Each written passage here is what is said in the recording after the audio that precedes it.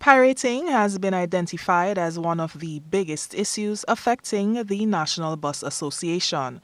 That's according to Public Relations Officer Derek McKenzie, who expounded on the issues on Monday night's Beyond the Headlines program. Why would someone see it economically beneficial to be a pirate? Is it because there are a shortage of buses, or is it because that the buses that exist are not running at times that are convenient? Because there's obviously a market. So why is that marketing existing? Well, they don't have the expenses that the zone bus has. For instance, every time we enter the terminus, we have to pay. We pay, if you're in the association, you pay $150. Out of the association, you pay $2. So there's a fee. They don't have to do that. They could drop off anywhere in the town of St. George or anywhere. The zone buses has to use the bus stops and to drop off persons. Some zoned buses have also adopted a similar approach and are oftentimes observed dropping and taking on passengers in undesignated areas within the St. George's town to avoid having to pay the fee at the St. George's bus terminal.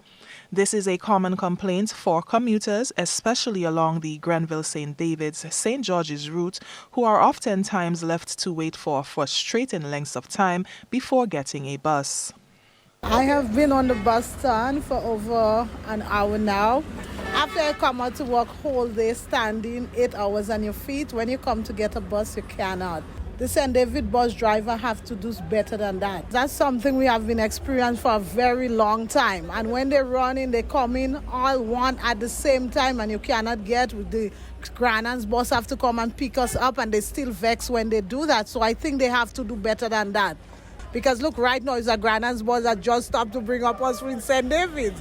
That is so bad. McKenzie says there are approximately 200 buses plying this particular route. Buses have been distributed into 12 different zones with specific stickers registered for the various routes within the Tri-Island estate. McKenzie further explains the conditions under which buses plying a particular zone are allowed to operate on other routes.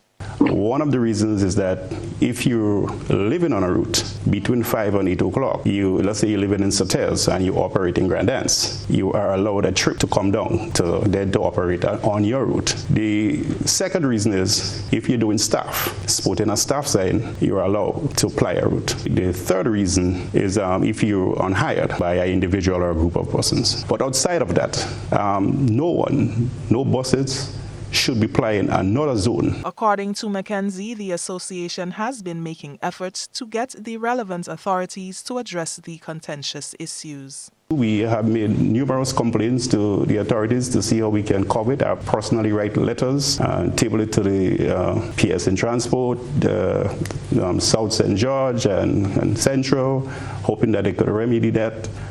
We send pictures, videos, and so on. I understand it's challenging for enforcement because what they're saying is that they have to catch them in the act and so on. So, but this is something that needs some policy direction. We need some really stiff policies that can defer persons from doing that. He says about 2/3 of bus owners are financial contributing members to the approximately 300 member strong National Bus Association, which has ownership of about 1,000 buses providing public transportation. For GBN News, I'm Nisha Paul.